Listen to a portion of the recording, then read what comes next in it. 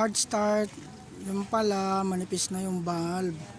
May singaw na Mio Salty. Yan. Yan. Torch grind. Okay. Wala sa ibang mekaniko. Hindi daw alam ang gagawin. Medyo loss compression na rin.